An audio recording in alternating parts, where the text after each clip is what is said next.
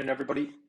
Welcome to IXSwap. We're running a series of videos for education, educate our community, grow the community, and thanks for joining today. Today, we're touching base on NFTs and fractionalized NFTs, including the use case for such. So let's try and break down simplistically, how we perceive kind of the NFT market.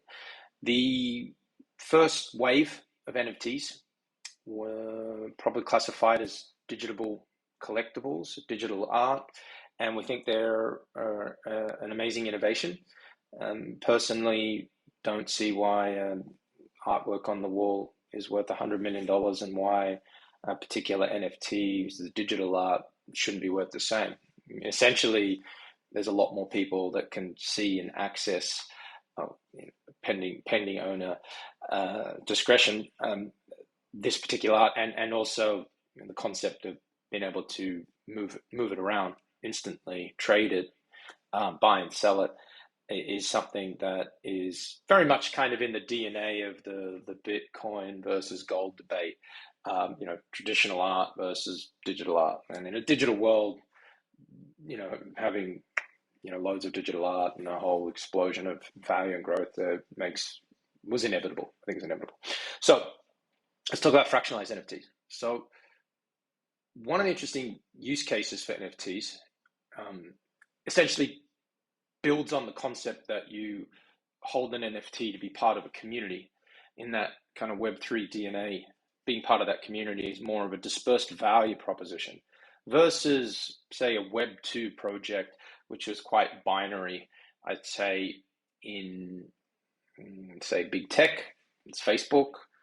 I use your platform, you sell all my data, you win. I think I'm winning. I'm not really winning that much. The new world would be some kind of decentralized version of that.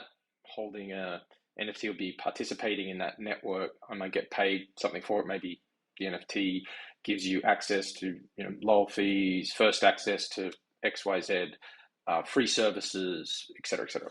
So holding an NFT has become one way to drive in community growth and community interaction and stickiness.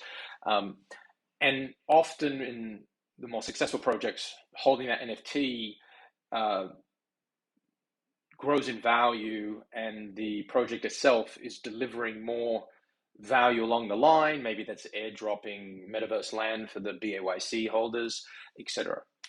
Now, we are building IXSwap to be compatible for NFTs and fractional NFTs, and there is certainly a debate, an argument happening right now whether a fractionalized NFT actually has the elements of a securities, which therefore moves it into the security token bucket. That debate will rage on probably forever, and it's very specific to each project and what is being happened. We don't mind either way. IXSwap is built agnostic to handle NFTs that are or are not security tokens because of their features in a legally compliant manner that protects investors. So what is starting to happen right now is the first wave of digital art NFTs hit the marketplace, and obviously were very successful for those that got into the market early. Now there's a new wave, and I think that's I don't know say it's necessarily second generation, but a second wave of NFT projects that are trying to differentiate themselves and make themselves more value than all the other digital art projects. And what does that mean? You're starting to see some really exciting projects that are offering revenue shares, profit shares, income streams, etc., related to companies, brands, DJs, artists, etc., musicians. They actually, in essence, then mostly fall into the security token bucket because they provide a guaranteed return, or basically people are buying with an expected profit, and some of them will lose their money, but that's kind of the basic definition. And when we talk about securities laws and regulations at IXSwap, the easiest thing for us to do is kind of reference what the US thinks, and we didn't write those rules, and we don't agree.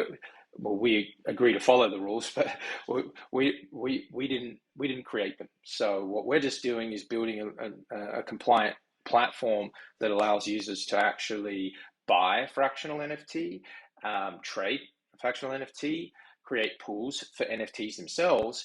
And then, I think there's another evolution of this, which will start to lean towards kind of the DeFi services coming across the NFT. So the lending, the borrowing, the collateralization, which were originally banking services that first came to crypto, and now I'm going to come to NFTs and as well as security tokens. So that's how we see the world of NFTs. We're very excited to the innovations out there, if we can help any of those projects. And we think this is just a natural evolution of value creation. That we started with the NFTs, the JPEGs, etc., and then we start to now build as a whole community more layers of value up and down and left and right, however you want to kind of look at it. But we'll keep it short to there. Stay tuned for more updates, and we're excited, really excited to be building out our NFT product shortly. Thank you.